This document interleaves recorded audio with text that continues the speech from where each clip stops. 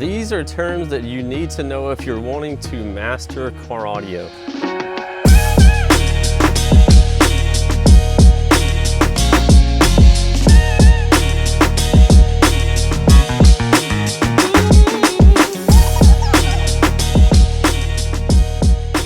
So we're going to jump right into these. These are three of the most typical terms that I would say that you would want to start with. So I have some like definitions here.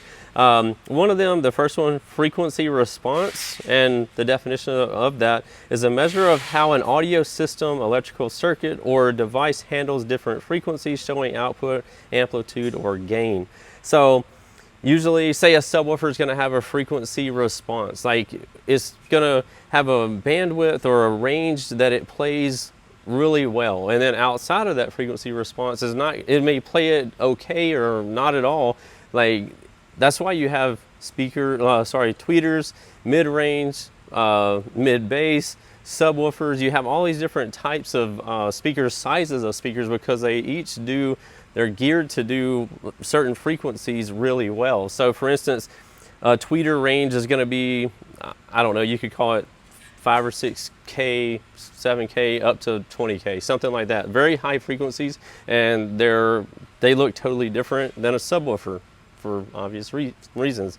Next, you're going to be getting into your mid-ranges. So mid-range being, say, I don't know, 400 Hertz to 6,000, something like that. And they can vary a lot as well. And then your mid-bass, you're going to be 80 Hertz to 200, 250 if you're like looking for that punch, like very punchy. And then subwoofers, that's where the very low end frequency response is coming in. They're going to be really geared in the, say, 20 Hertz to 60 Hertz or the 80 Hertz, wherever you're rolling off on your other speakers or tweeters or mid bass or whatever. That's where you're going to try to be having these set up. So if your subwoofer is playing, say, 20 Hertz to 60 Hertz well, then you're going to want your mid bass to be playing 60 Hertz to 250 Hertz well, or 300 Hertz well, and then your mid range you're going to want to take over from higher than that up to where your tweeters will pick it up. So you have all these like overlays of like where you get this really nice bandwidth of sound.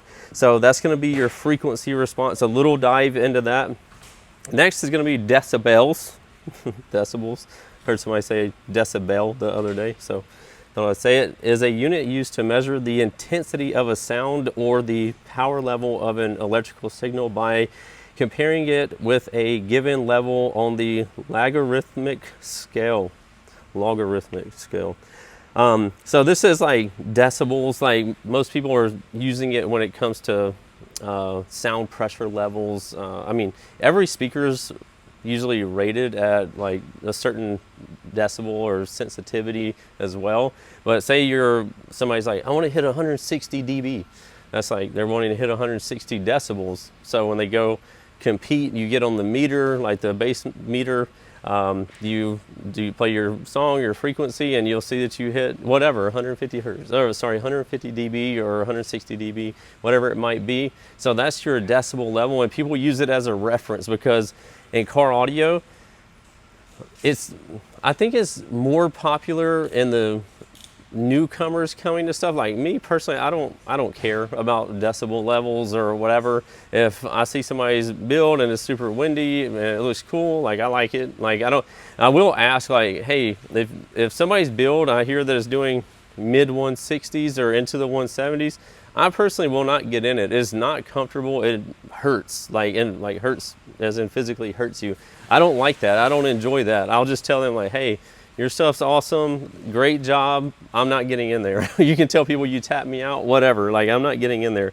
So people use the decibel as like a reference to sound pressure usually. Next is going to be Hertz. Is the definition is the SI sound unit of frequency equal to 1 cycle per second. And this is kind of like what we were talking about in the frequency response, like on it playing different hertz. Like for instance, people will say, what do I need to tune my subwoofer box at? And if you go in the description or in the technical manual, you'll see like, hey, we recommend tuning this at 32 Hertz or 35 Hertz, something like that, because typically that's where these subwoofers perform well at.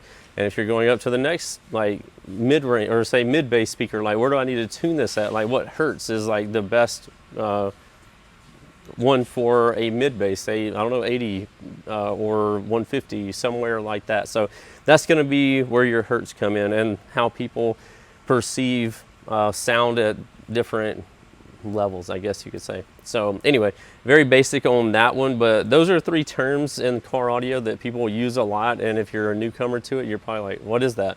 Even though you can Google it, sometimes it's easier when somebody gives you a more dumbed down version of it, because I'm definitely a dumbed down version of car audio. So if you want to support that, go to downforsoundshop.com. We'll get you taken care of as best as possible, and you can always give us a call at 702-701-9800. Don't forget to hit the subscribe button. Thank you.